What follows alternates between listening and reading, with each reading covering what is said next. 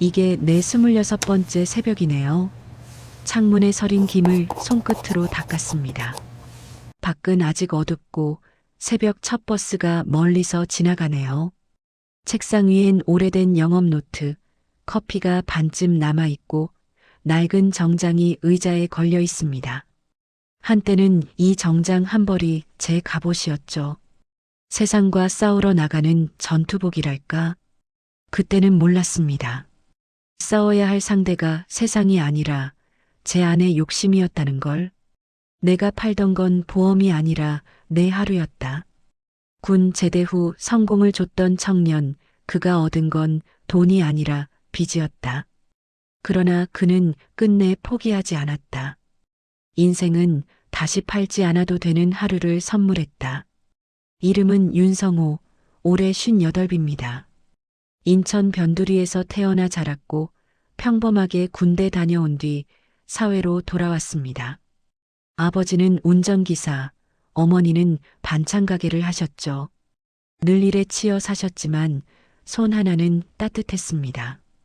그 손을 닮아서인지 저도 뭐든 성실히 하면 된다고 믿었죠.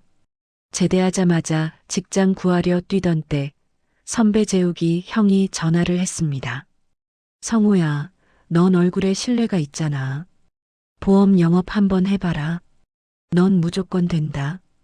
그 말 한마디에 인생이 바뀌었습니다.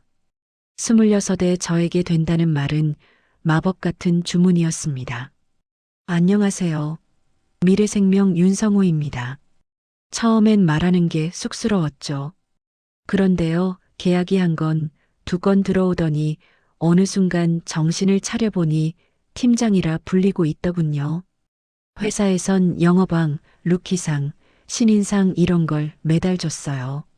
명함이 쌓이고 수당이 통장에 찍히고 부모님은 고기 반찬을 올려놓으셨죠. 우리 아들이 다 컸다. 어쩜 이렇게 말을 잘해. 그 말에 가슴이 뜨거워졌죠. 나는 이제 사회에서 인정받는 사람이구나 싶었습니다. 선배 재욱이 형이 잔을 부딪히며 웃었습니다. 야, 내가 그랬지? 너 될 줄 알았다니까. 이제 진짜 승승장구야. 그날 저는 처음으로 성공이란 단어를 마음속에 새겼습니다. 그런데 문제는 성공이 제게 사람을 숫자로 보는 눈을 선물했다는 거죠. 형님, 이번 상품 진짜 좋아요.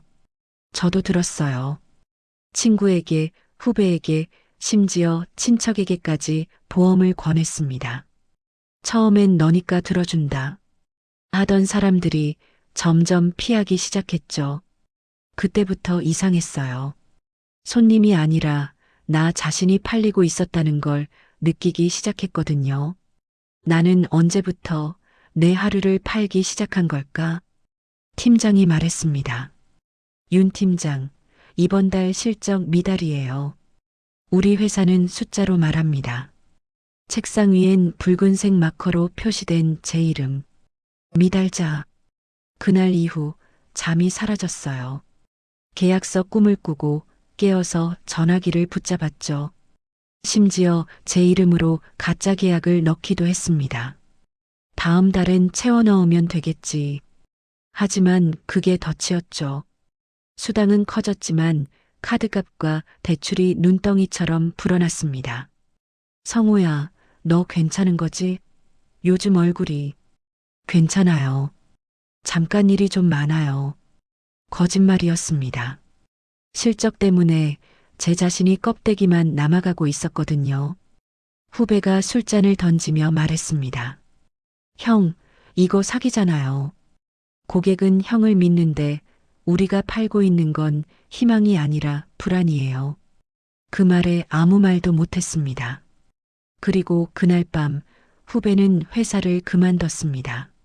나는 사람을 구하는 일이 아니라 불안을 파는 사람이었구나. 경제 위기. 본사 문이 닫히고 팀은 해체됐습니다. 남은 건 1억 원 가까운 카드빚과 연체금. 거리에 나가 전단지를 뿌리며 저축성 보험을 팔았지만 세상은 귀를 닫았죠. 윤성호 씨 맞죠? 연체금이. 그 목소리를 듣는 게 공포였습니다. 그때 깨달았어요. 빚이란 건 돈이 아니라 부끄러움의 모양이라는 걸. 이제 뭘 팔아야 하나. 책상 위엔 오래된 계약서와 볼펜 하나. 저는 결국 펜을 내려놓았습니다. 영업을 그만두고 택배 상하차로 나갔습니다. 처음엔 자존심이 상했죠.